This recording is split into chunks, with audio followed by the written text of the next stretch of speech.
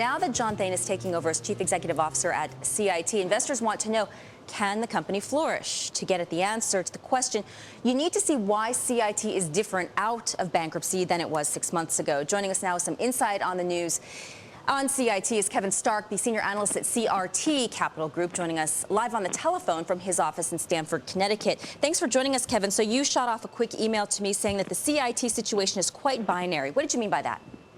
Well, John Thain's appointment notwithstanding, the outcome for equity holders in this situation is really going to depend on whether the company can get cooperation from the Fed, from the FDIC, and from the Utah State Banking Commission in terms of allowing it to raise deposits at its banking entity and lower its cost of funding.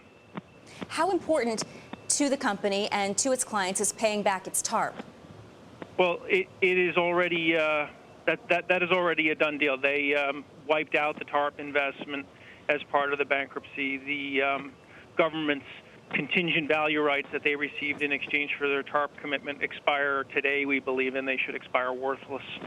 I was reading another analyst's take on the CIT situation and said another problem the lender, business lender, is facing is that it doesn't really have access to commercial paper. Is that another issue that was resolved in the bankruptcy, or does that continue to be a challenge?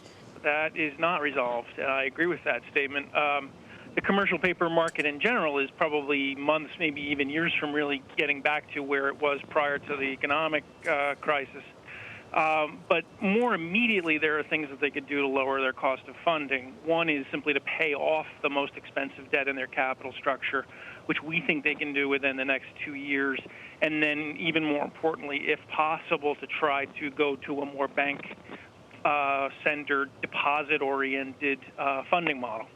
So in other words, you're suggesting changing its business plan? That is exactly what they say they want to do. But we're not clear on what they're really committing to. Are they committing to running the company off and returning value to investors when the company is completely wound down?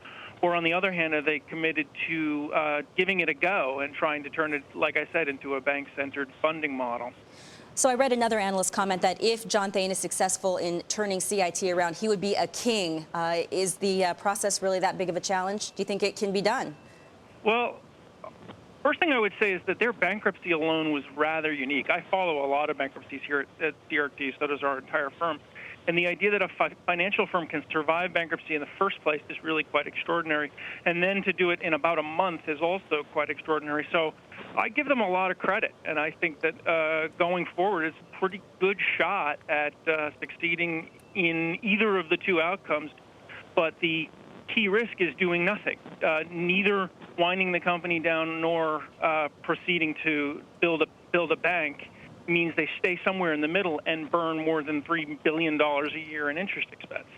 Kevin Starke is the senior analyst with CRT Capital Group. Thanks for your time.